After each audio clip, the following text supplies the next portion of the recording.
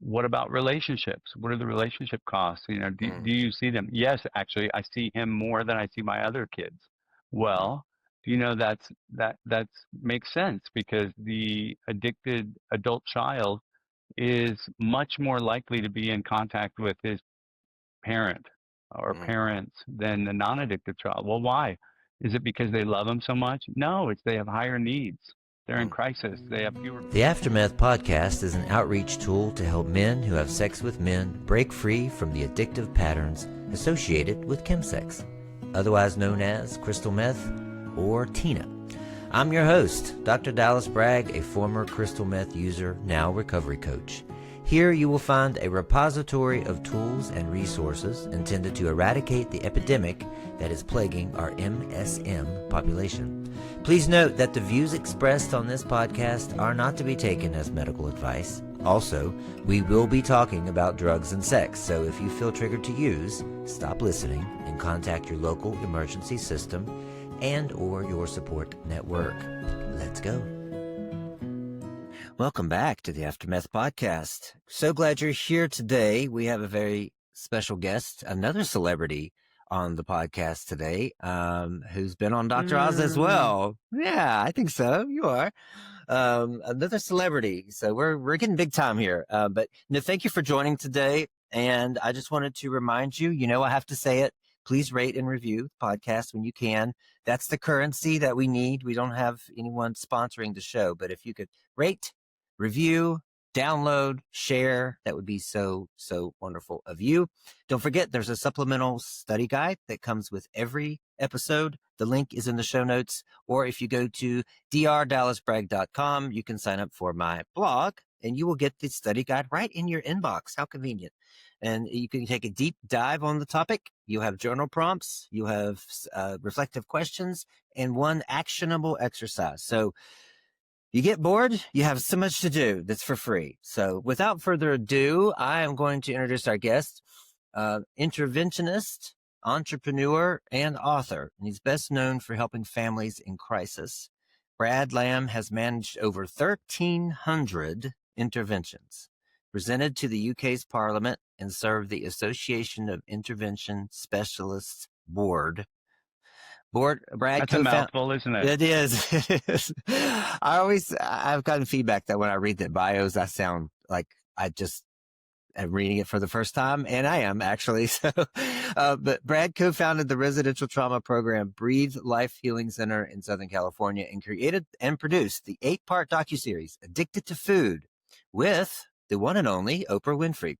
Brad conducts invitational intervention training worldwide and co-authored California State Bill 1228 in 2019, signed into law to increase access to care and tighten provider compliance.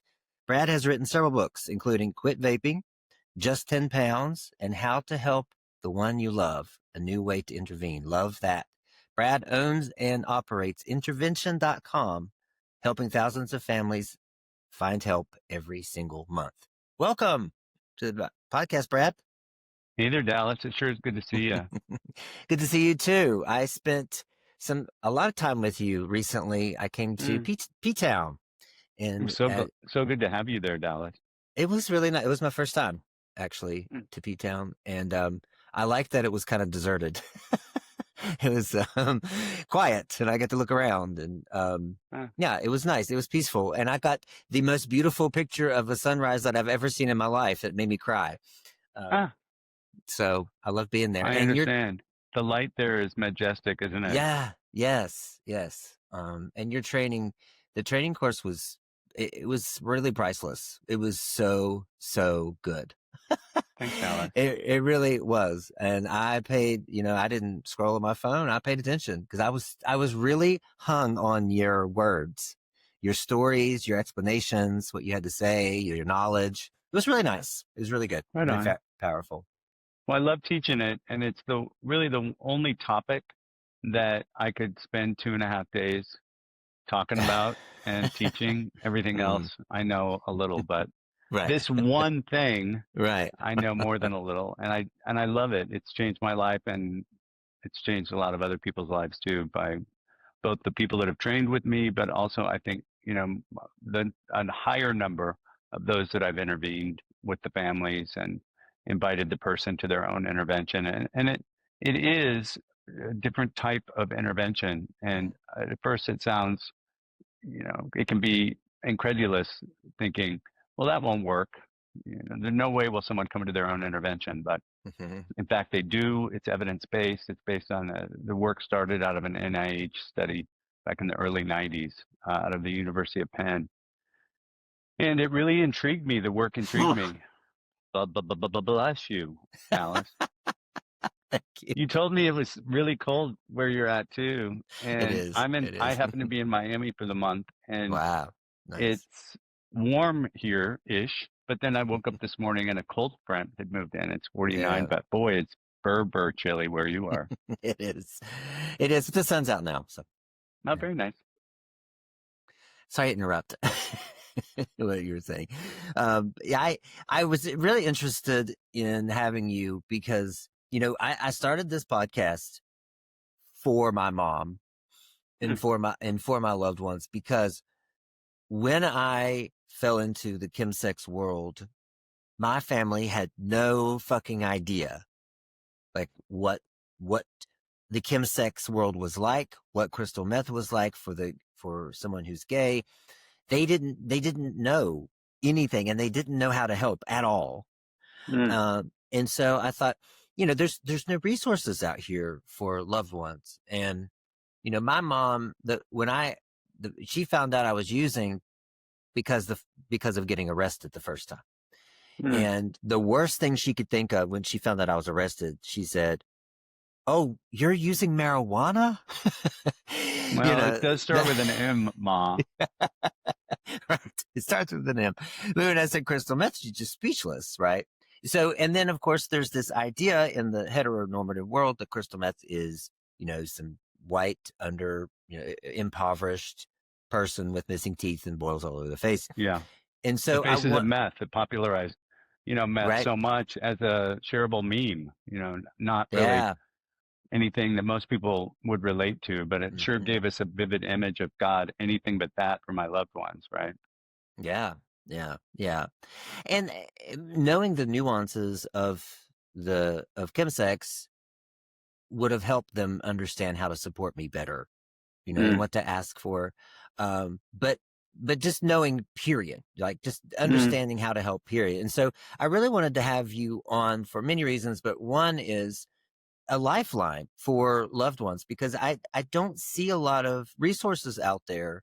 When I get DMs every day from mothers, sisters, brothers, friends, partners. He's on meth, but I don't know what to do. I don't know how to help.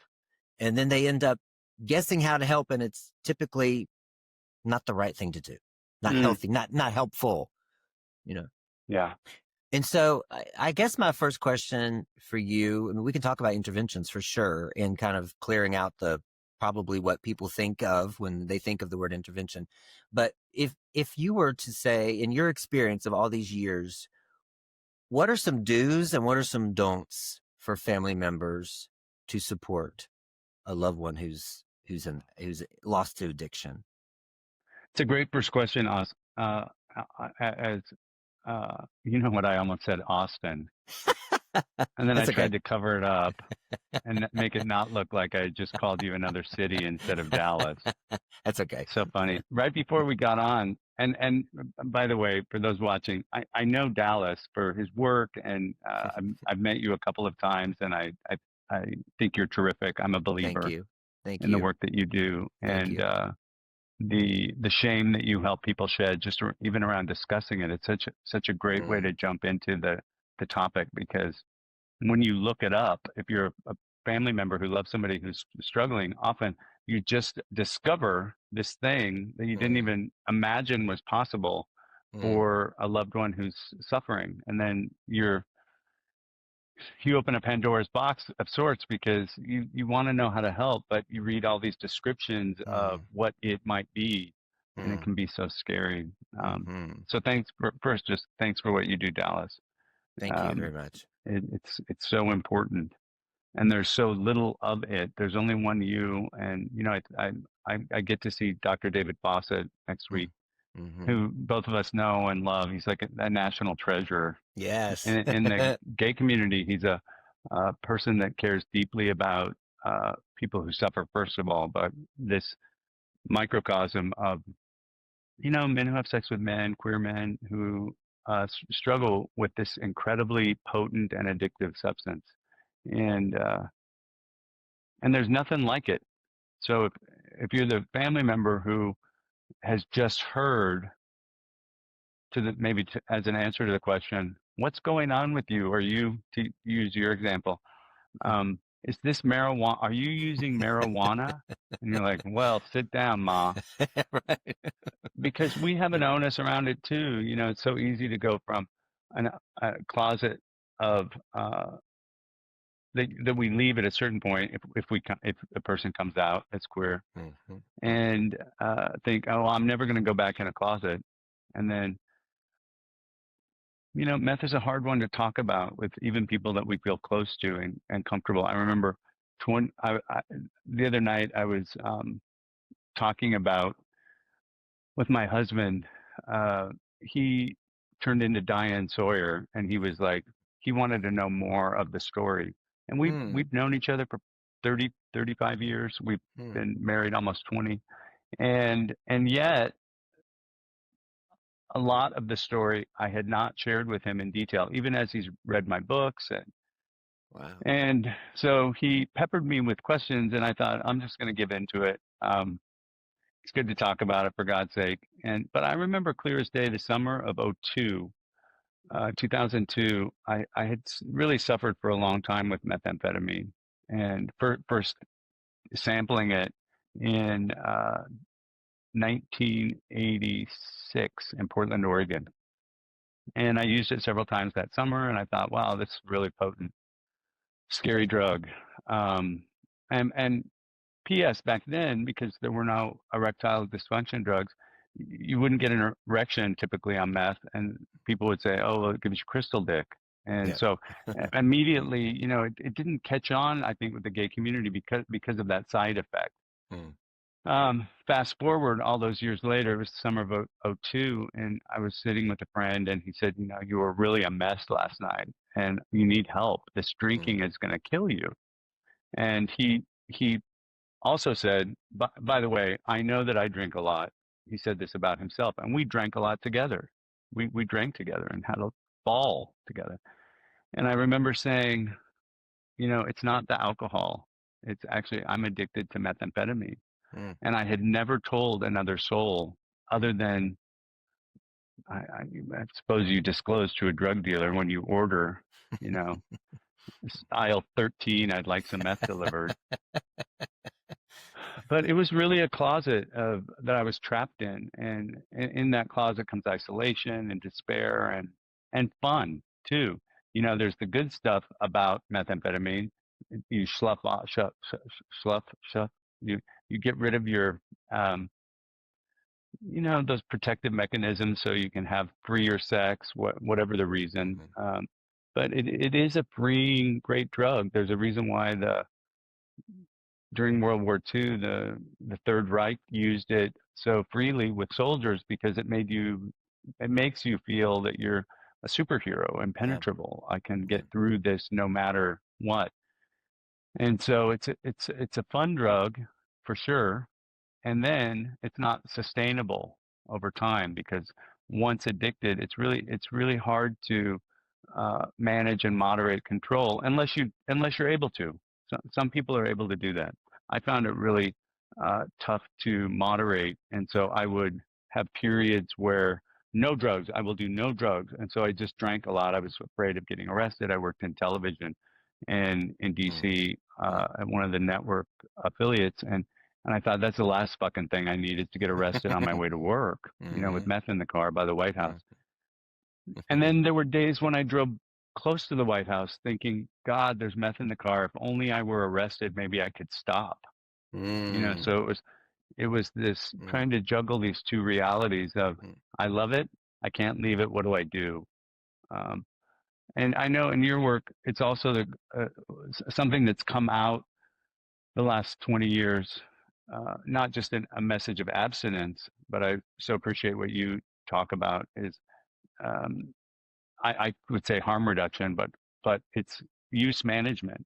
Yeah. And, normalizing that discussion too, that if that's where you're at, there's a conversation to be had too. Mm-hmm. It need not be all or nothing, That's right. unless um, that's the desire you have, or, Right. you know, for sure, you and I both witness, I know the side effects of methamphetamine, how Mm-hmm. the drug has become stronger, for sure, more potent, more easily addictive. But it was really, incredibly addictive before. I'm Mm-hmm. curious, how do you message that to people that are asking for help, in terms of moderation management or harm reduction on that? Because it's something that I have talked with folks about and believe in as a course of action.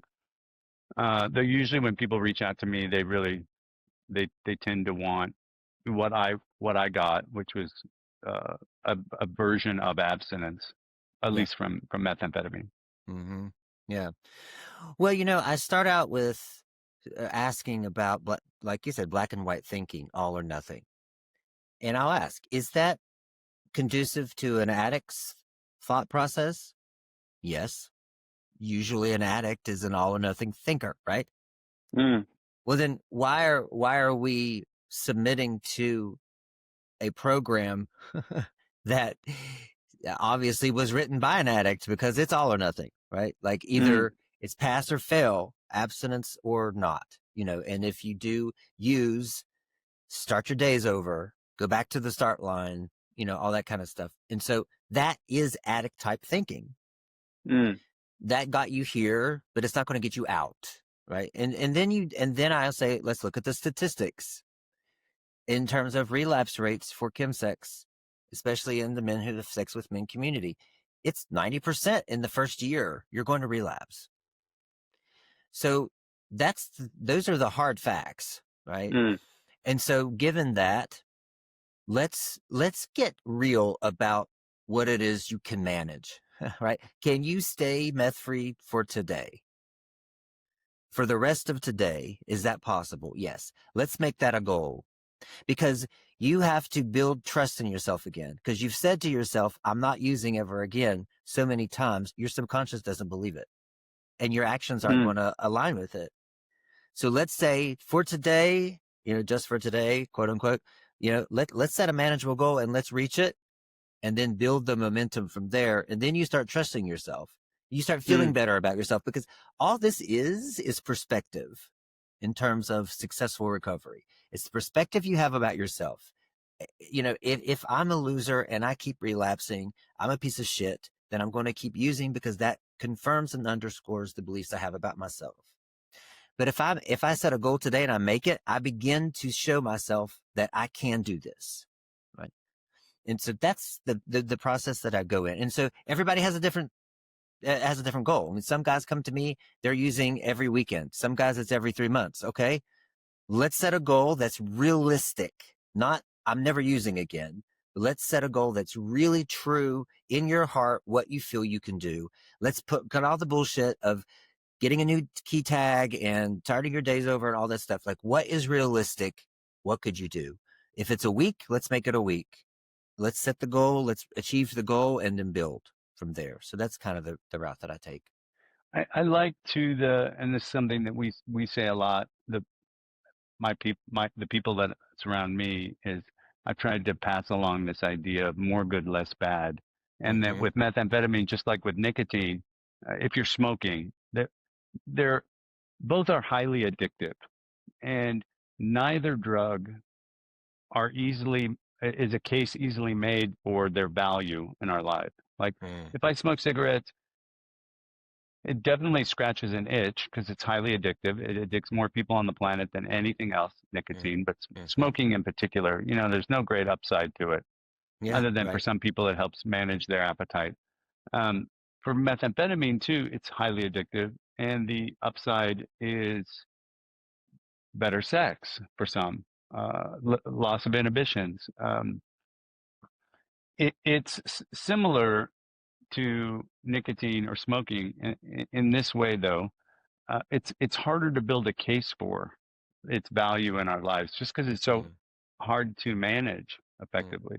But I love the notion, a harm reduction notion, and how I think of it anyway, is more good, less bad.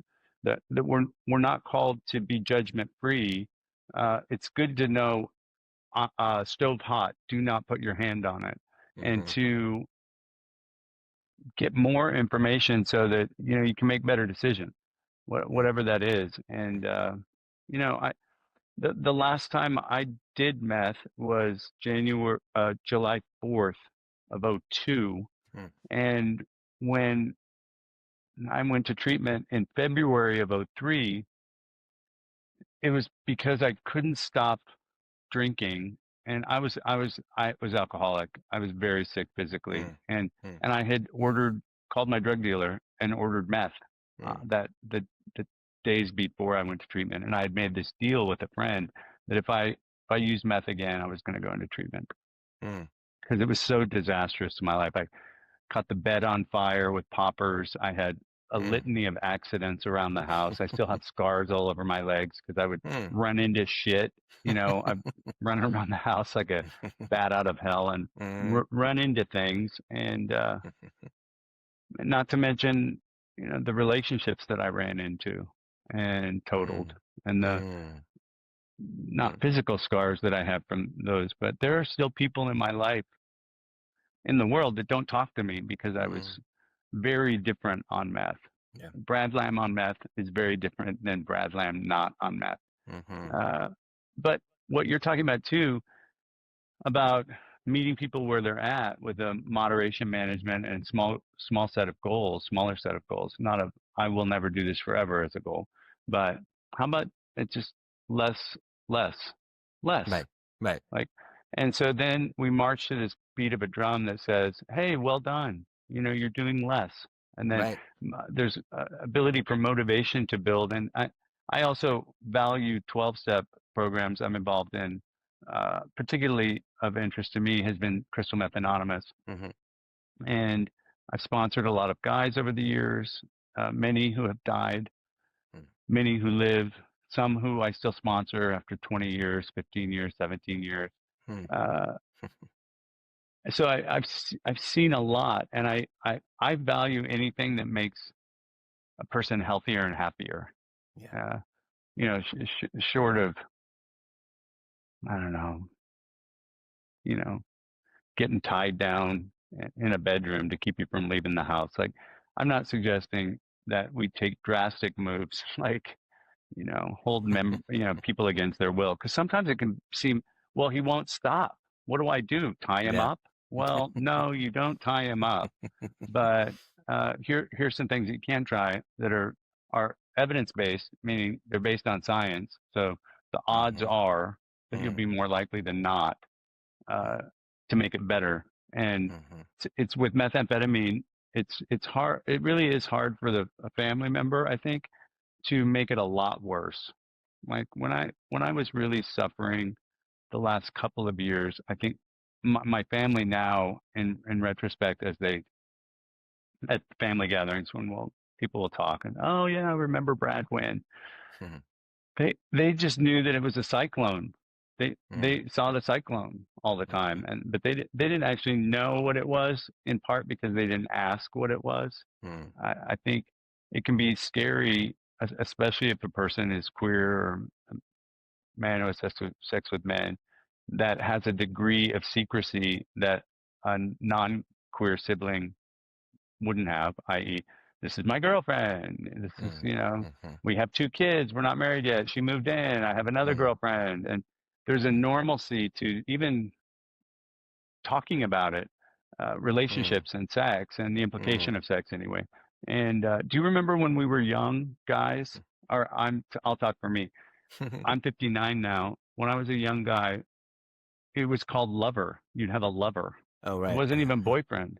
It was lover. It was this sexualized notion of relationship, and that if you were queer, of course you're going to be sex-based. And look, that's one of the freedoms that I think I have as a gay man, is I don't have to live by the heteronormative rules of the Mhm. church that I grew up in, which Mhm. thank goodness for that, Mhm. Yeah. Right. because that would have put me in the grave if I had stayed there. I really believe more dangerous than methamphetamine Yeah. was the church Yeah. I grew up Mm. in terms of ruining lives, casting fake demons out of gay people, all sorts of bullshit, That's right. that they thought and lived that addiction was a demon thing, which Yeah. is bananas. These are No. people, my family were educated, advanced degrees, and yet they're just idiots when it comes to the adaptation of a mythology for Mhm. living. Now, Mhm. I got out, so clearly I have some energy around that. I view it. I don't. I view that as evangelical Christianity that is not coming at people who suffer with anything other than compassion and support for them to be better in some way. Mhm. I don't have time for it. Yeah. And that's not to say I won't work with people that are born again, but I've had people hire me that are or want to hire me that are born again, and they have a very particular idea of what treatment would look like. Mm. And if I don't think that it's ethical or evidence based, I'm not Mm. interested in working with you Mm. because I'm not interested in witchcraft. Yeah. And I Yeah. think that that's what a lot of that is. And but having said that, I'm a spiritual person. I don't know what any of it means, Mhm. really, Mhm. because I'm still alive. I think until I'm gone, well, I would be able to answer the question finally, what happens when, Right. but I have Right. no idea, Right. other than I see coincidence, I see good people, I see love, I see distress, and Mhm. Mhm. I try to remind myself I know so little Yeah. Mhm. about most Yes. stuff.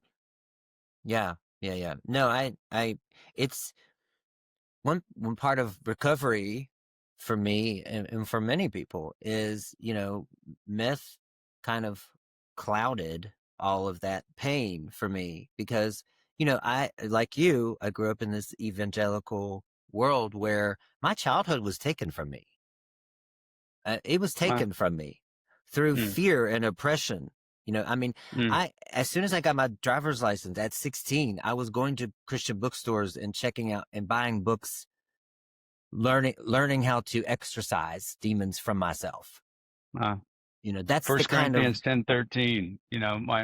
My father. I remember clear as day all sorts of casting out, and they would use that Bible verse as a sort of the prelude to the spiritual kiss that Mhm. would be incredibly traumatizing and horrifying and unsuccessful.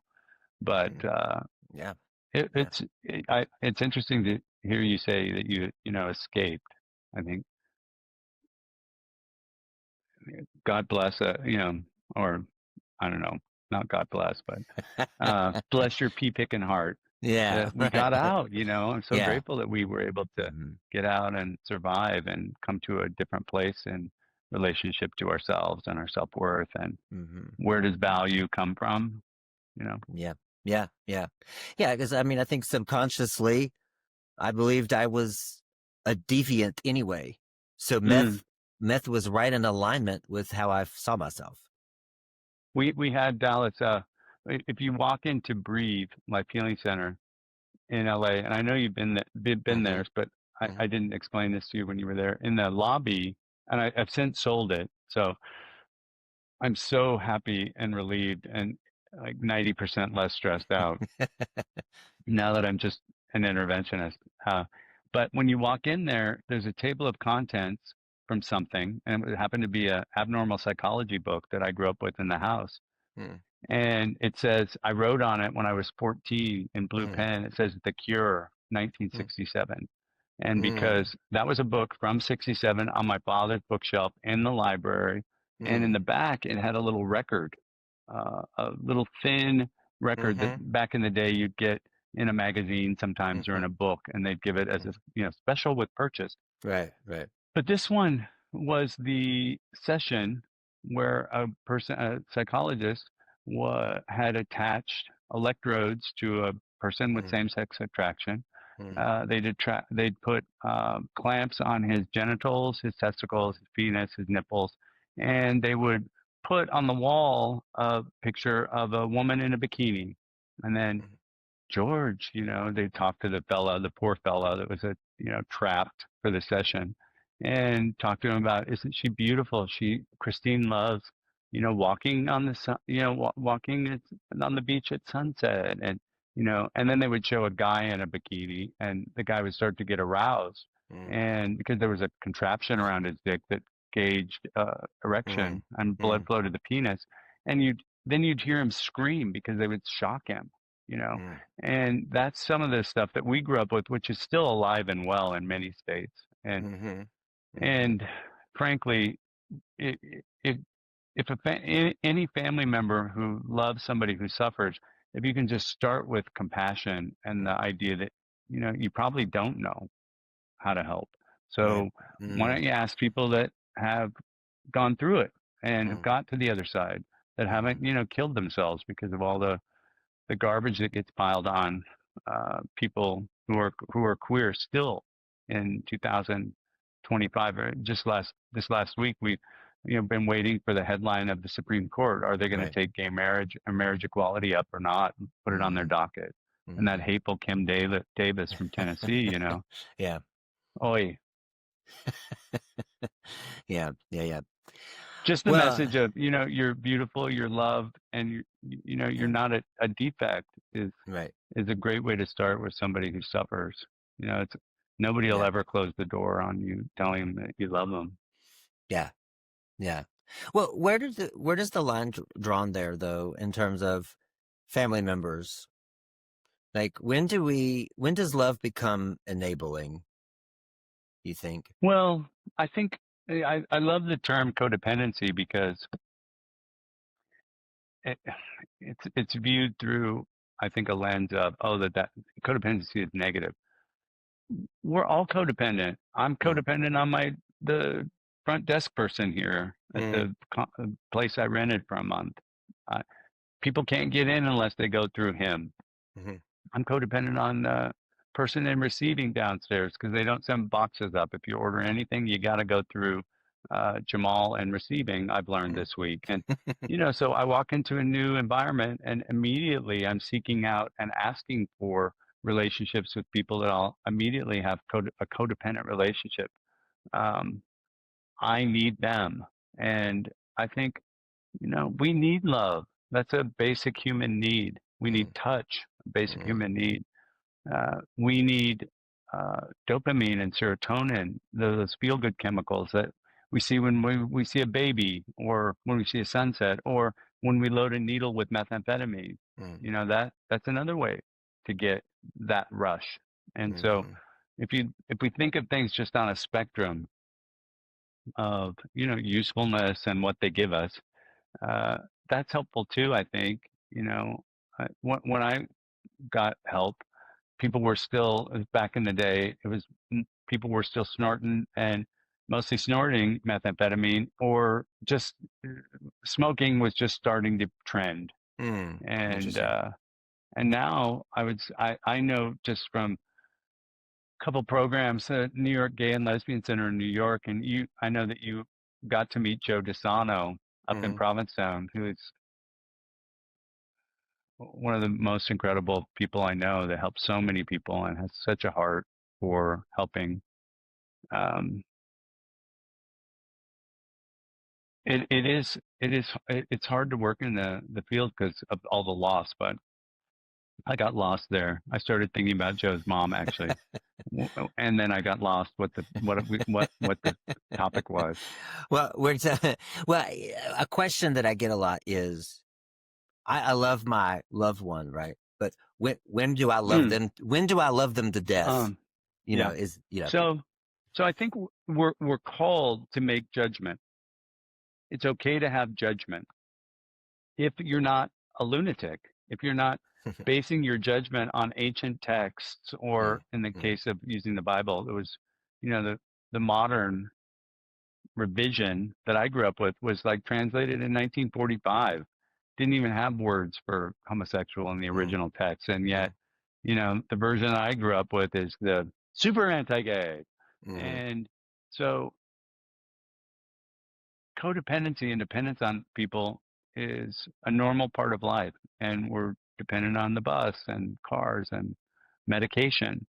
mm, mm, I'm so interested in how family members can edit their relationship with other people. So I ask questions like, add up all the financial costs this month, last month, and the month before mm, that you've spent on the person just across the board. What are the mm, categories? Phone, rent, crisis, emergency room, paramedic maybe, lawyer, lost job. All the mm, things that we do. It's easy to think of financial. That's one mm, of the easiest things. mm, Um, what about relationships? What are the relationship costs? Do mm, you see them? Yes, actually, I see him more than I see my other kids. mm, Well, that's makes sense because the addicted adult child is much more likely to be in contact with his parent or mm, parents than the non-addictive child. Well, why? Is it because they love them so much? No, it's they have higher needs. They're in mm, crisis. They have fewer people to talk to. They want that phone to be turned back on mm, that you pay for. They want to mm, make sure that rent was paid. They want to know if they can have some money to go to the grocery store, but then they actually, well, sometimes use it for other stuff. mm, And mhm, so just in learning to take an inventory of, well, what are the ways in which the person is dependent on me? What are the ways in which I'm dependent on them? mm, Right. And mm, a parent or a loved one who has somebody who suffers with meth is often dependent on them just for signs of life. Oh my God, mm, it was a good day. I heard from Dallas. Thank God I hadn't heard from him in 2 weeks. mm, And that's dependency. But what's a better uh, way to have dependency? Well, with FaceTime, it's so easy to actually have eyes on, and that mm. helps us have a different sort of connection. Like if I'm going to pay for this stuff, then you have to call me on FaceTime. Fill in Ah, the blank once a day, twice a yeah, week, yeah, just so that you build different bridges of dependency that are not baked in crisis. Is he mm, alive? Is he dead? God, I've called right, all the hospitals and the police station, and mm, the things that we put people through, not because we want to be ogres or, terrible loved ones, but that's just the balance of dependency is it's so out of balance when mm, we love someone and try to help someone often. We want to do the right thing, but we really don't know what the right thing is. mm, mhm, right. Right. And that's what I get a lot from family members is I want to do what's right. I just don't know what to do. Or he's living in my basement, he's sucking us dry financially. At what point how can I turn him out? How And could he I be won't so stop harsh? playing Dolly Parton or Karen Carpenter or fill in the blank, Air Supply. Stop, right? Whatever the behavior is, hopefully the behavior isn't one that totally drives us crazy. Like for me, it would be Def Leppard or someone. At least it was like the right genre. But it's good to ask those questions. How could I develop dependency with this person in better, more useful ways? And I don't mean better like you're going to win the contest. You're the better mom. I mean better as opposed to not better, Yeah. bad. It's okay to have judgment. Like these are ways that are supporting their addiction and suffering, and these are ways that support accountability and relational health. Mm, Like those are two. Well, this is better, and mm, this is less good. mhm, Um, mhm. sometimes I'll say less good instead of bad.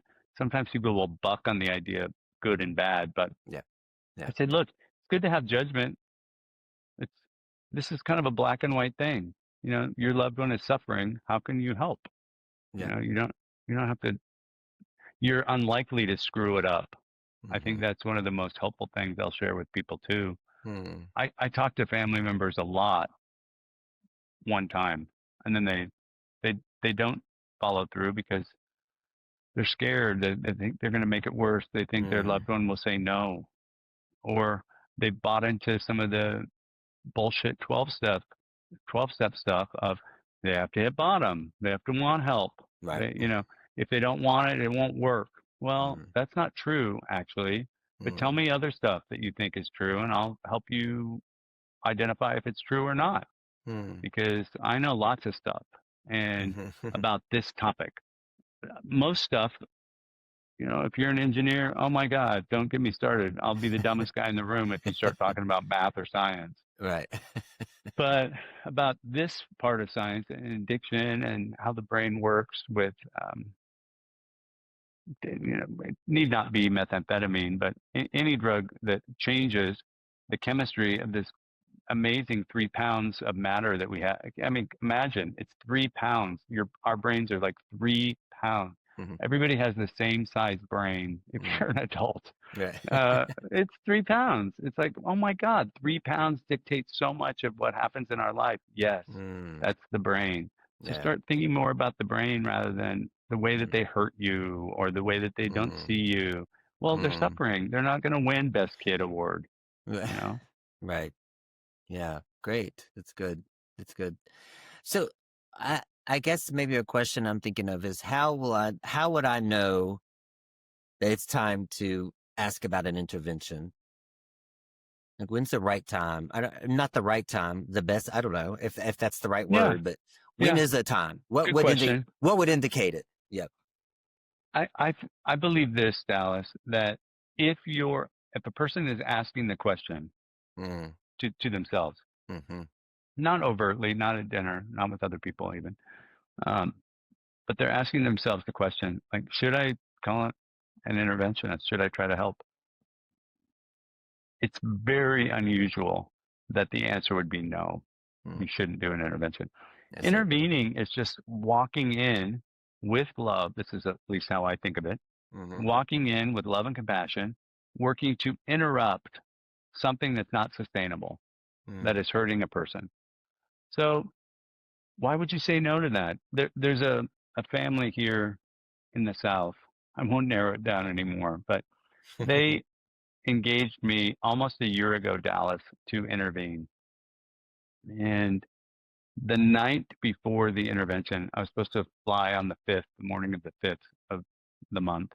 And I woke up and there was a text that said, hey, uh, stop everything. We've decided to do it on our own. Mm. But thank you so much. We'll call you if we need help.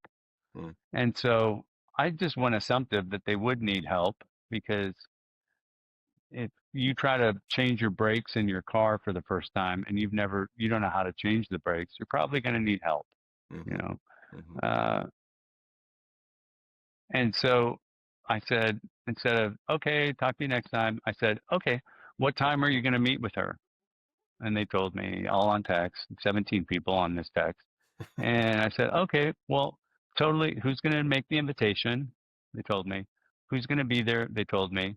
Well, why don't you try this instead of that? Because if y'all sit in the car and only send one person in, you're missing the power of the group. Mm. You're missing one of the most Mm-hmm. important things that you can lend to a family meeting, which is numbers and the strength of numbers when Mm. someone's in crisis. And they did it on their own, and it didn't work out. Well, the person agreed to help if the husband left the building. So they negotiated a yes to something, but then there was no accountability for follow up, and it all fell apart. So a Mm. couple weeks ago, right before the training, Dallas, I heard from that family, and I thought, wow, do I know them? And so I looked up the number and then clicked on a text from the first caller. And it was like, oh my God, of course I know them. Mm. Uh, and so I've been trying to help them, along the way the last few weeks. And it's so frustrating watching them work because they're so resistant Mm. to actually listening to Mm. people that know what they're doing. Mm. And in that way that it can be maddening to have a child.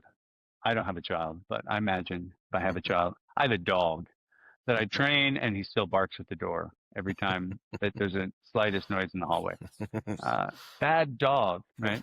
And I trained him and he still like won't listen to me. Well, he's a dog. Right. And what do you do with the kid that keeps running into the wall? Well, if he doesn't stop running into the wall, you get him a little helmet. I've seen those kids, you know. There's a reason why it's like last ditch. Well, I had to put a helmet on him so he wouldn't injure his brain. Oh, that's totally smart.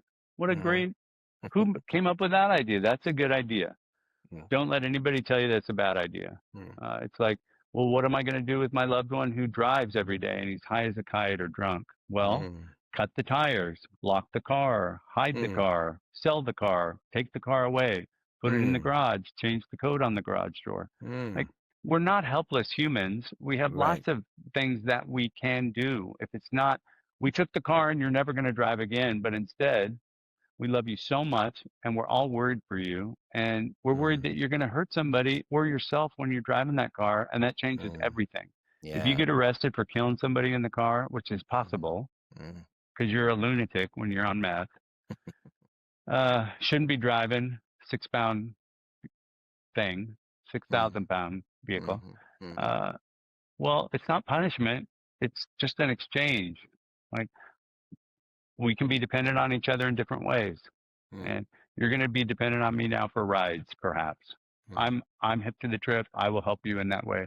You can't drive. And so it's presented not as a punishment, but a real thoughtful decision based on the reality of our situation.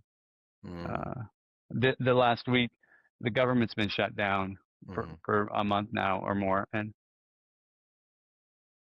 you know, I've seen these stories about SNAP. 1 in 8 American families relies on food stamps or some version of food support. Scott and I, my husband and I were talking, and both of us grew up in homes that we had government subsidies. We had actually when it was food stamps, it wasn't a debit card, and it was funny money, and you stand in the checkout line, and people would know that you were using food stamps. It wasn't just a debit card. And so there's some shame around that. Like, oh, I'm so embarrassed. Sometimes mom would send me to the store with food stamps because she didn't want to get in line at Albertsons and use the food stamps. But that's us. We grew up that way. We were dependent on, you know, we were dependent on training programs to go to school and funding to go to school. And I got scholarships and all my brothers got scholarships because we were poor, you know, and sometimes it can be so easy to put ourselves in a different group, like, oh, I'm not attached to that person and love them so much, and I can totally help them. Like, I'm perfectly equipped to help that person. It's not like if you need certain things like food stamps to buy groceries, that's just a reality. It's a need that you have, and if you don't have them, you'll suffer. And similarly, a person who's addicted or loves someone who's addicted, and they can talk themselves into, I don't know how to help, or I'm going to screw this up, or I'm going to make it worse. It's just that you haven't done it for the first time, or the second time or third time. Sometimes it takes, but you have the relationship. You will get through it. But it is scary, isn't it, Dallas? You know, I can't imagine you high just right now anyway. But you know, people will say, God, I can't believe you used to be a meth addict. I was like, that wasn't the half of it. But you know, the truth is that was me for a long time. I was addicted for a long time, and never through that period did I at least have a conversation with myself where I said, this is just a little problem. Like, I knew I drank alcoholically. I used meth a lot. I smoked 2 packs a day. I was bulimic. I ate and purged. You know, I had a lot of stuff that I did that was hurting me, but it didn't kill me. And thankfully, that guy that sat me down that day, July 5th of 2002, person that I told for the first time, you don't know the half of it. I'm meth addicted. You know, it was such a relief. He's like, girl, you got to get help. I can't believe you are a meth addicted person. I'm like, yeah. He goes, where do you even get that? Everywhere. It's everywhere. Everywhere. You know? Yeah. And I think one point I want to get to before we end it, and I know you have things to do, is For those who have an idea about an intervention, and as you know, we all think it's just like the TV show, right? This surprise attack. I think it's Yeah, important it's important for you to, if you could, just explain a little bit about the process and how it's an invitation. right on. Yeah. Thanks for that, Dallas. Good. It's a really good question. If you've watched the intervention TV show or heard about somebody's intervention, somebody that you know or love, and it was tough, or it wasn't tough, maybe it was successful, where the person is surprised. Mm. That's the model that most people use for Yeah. 50 years. That's the you know brand of milk that most families buy. They don't even know what they're buying. It's just something in a jug, and it's the way it's done, and that's the story. Yeah. Um, Invitational intervention goes like this: you circle up the group of people that care about uh, an identified loved one. I call it the ILO, that person that I'm not going to call them a patient. I'm not going to pathologize them. I'm not going to say that they're the addicted individual. I'm not going to put any label on other than, hey, there's somebody that we all care about and love. Mm. Mm. And then we circle up. We get to know, you get to know the story. So you compare notes with each other. So you're all on the same page, and you know more so that you can speak better and more effectively to a person who's not thinking clearly. If you're talking to me and I'm on methamphetamine, I'm going to be more difficult and challenging to speak with and communicate with in a rational way than the next person that's not impacted by methamphetamine. Mm. And so you invite them to their own intervention. How you Mm. do this is, you turn to the person and you say, "Hey, Scott, I love you so much. I've been worried about you, and your friends and family have been worried about you." And so we talked with somebody who suggested we do an invitational intervention. And so we're inviting you to a family meeting. We're going to have it tomorrow at 10 a.m. You're invited.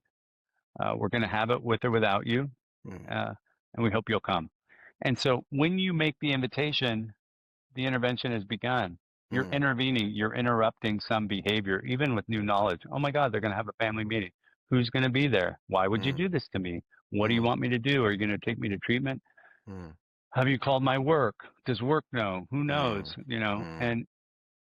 And then the intervention team is honest with the person. This is who's invited if they ask. This is why we're doing it. It's not, because you're not going to church.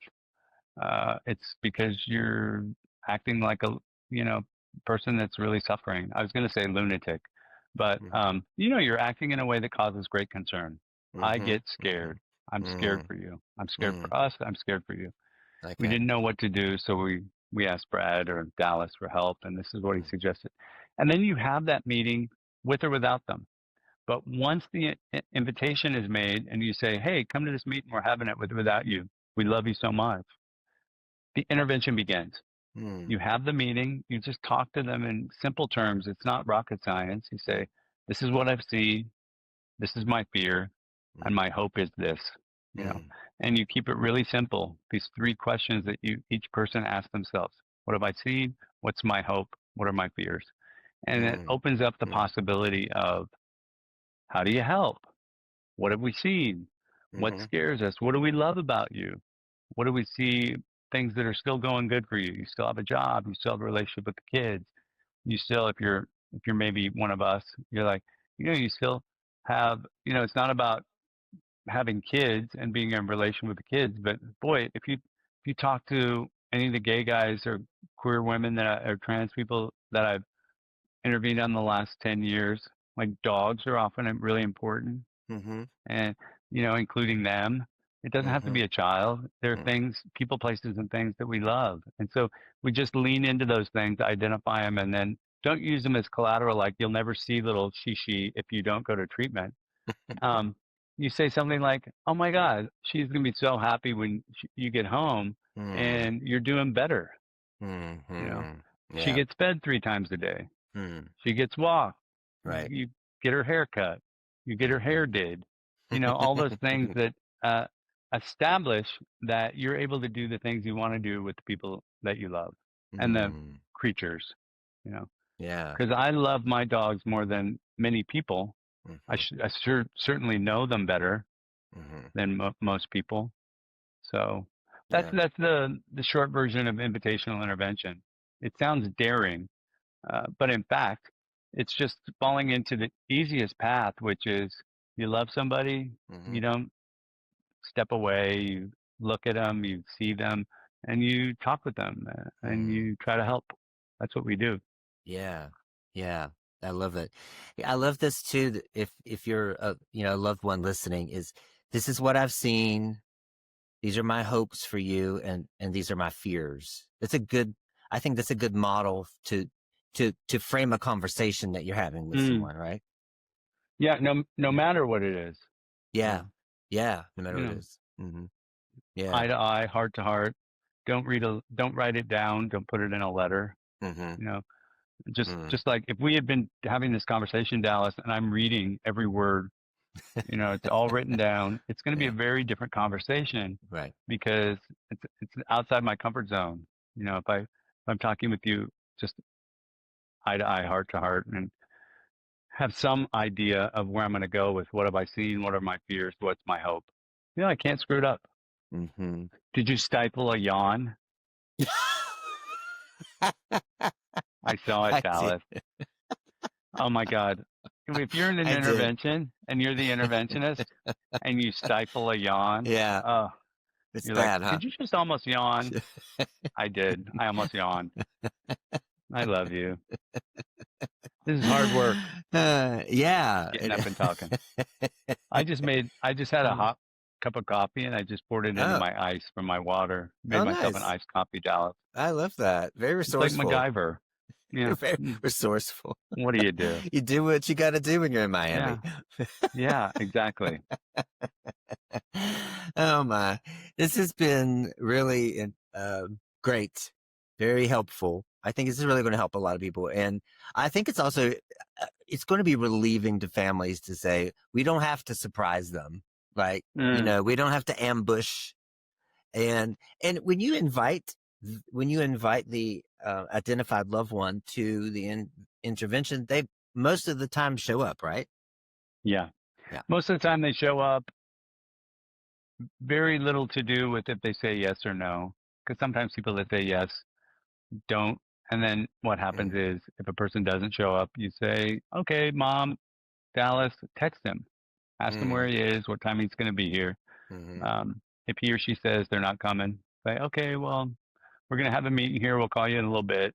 And then mm, invite them to breakfast. You make it mm. as easy as possible for them to say yes. And then if you need to, go to their house. Okay. Often, Dallas, it's the person is downstairs in the basement or upstairs in the spare bedroom or, Yeah. Yeah. it's Yeah. not like they're in China or something. Right. We don't know where they are. Right. You know, Right. Right. Right. Yeah. Well, thank you for your work. Such great work. And thanks, you're just Dallas. one of the most generous people I've ever met. I mean, Well, I I appreciate really, that. you do. One thing, and I said this in the training, one thing, my first impression of you is I went to the chemsex summit last March in LA and just feeling all this imposter syndrome, around Mm, all these clinicians and all these big people. And here I am walking in, first time in LA, right? But you made an effort to come sit by me and introduce yourself and talk to me. And mm, then at dinner, you sat by me and you talked to me. And it was very comforting, very healing too for me. mm. And so you've been generous, very generous with your knowledge and time ever since. And I appreciate it. Thanks, Dallas. It's growing I up appreciate Quaker, I think. it. It makes it easier to Yeah. fall into this sort of work because even for all the crazy stuff that was part of being an evangelical Quaker, which is a different subset, I think we all have tools that we've grown up with, and if we can identify what they are and use them in a different, better way, that's pretty cool. Mm-hmm. So Yeah. I see you and the work you're doing, and it really inspires me too. Mm-hmm. So thank you. Thank you. Thank you. And is there anything I missed today? Anything that you think I should Brush have your teeth ta- twice a day. Get a Okay. water pick. It really helps with gum health. The things I could have learned earlier and I didn't. I mean, we talked about meth mouth, or at least the faces of meth, that campaign when we were younger. Right. But Right. you know, a lot of us, when I got help, like one of my biggest fears was I was going to lose all my teeth because my teeth were in bad shape. Because Yeah. it's actually not the teeth that suffer first; it's our gums, The and gums. the gums get sick, and then you know, Mr. and Mrs. Gum don't have nice. They can't keep nice things like Right. the teeth because they're not healthy, and you know, it's just like my one of my friends, Anson, he was really helpful to me in the beginning, because he investigated. He said, "Hey, I found the gentle dentist," and he had like Mm, looked up. He it's knew that I was nice. really scared of that, and I was maybe a year into my recovery journey, and Mm, he's like, "You know, she calls herself the gentle dentist," hmm. and I was like, that's bullshit. She's probably the worst in the, and he's like, well, give it a shot, you know? And I went, and let me tell you, she was the gentle dentist, and Oh, nice. she helped me so much. And Uh, there are so many people that want to be helpful and useful. yeah. Yeah. And, Yeah. if my story is any indicator, and for sure it reflects the people I've worked with over the years, is that, you know, I find people want to do the right thing and people want to do better. And if we can help them with knowledge of how to do that, that's pretty cool. Yeah. Yeah. I agree. I agree. Thank you, Brad, very much for your time Good to today. see you. Appreciate you. And Good to see purple is you a too. royal color, Dallas. That's Sure is good me. to see you. You look great. Thank you very much. I appreciate it. And for you listening, if you want to join in the conversation, don't forget you can comment on YouTube, which is my preference, or you can comment on Spotify or just send us a DM. And check out all of Brad's websites and social media. We're going to put in the show notes. Check him out and support him too. All right. See you next week. Thanks, Dallas.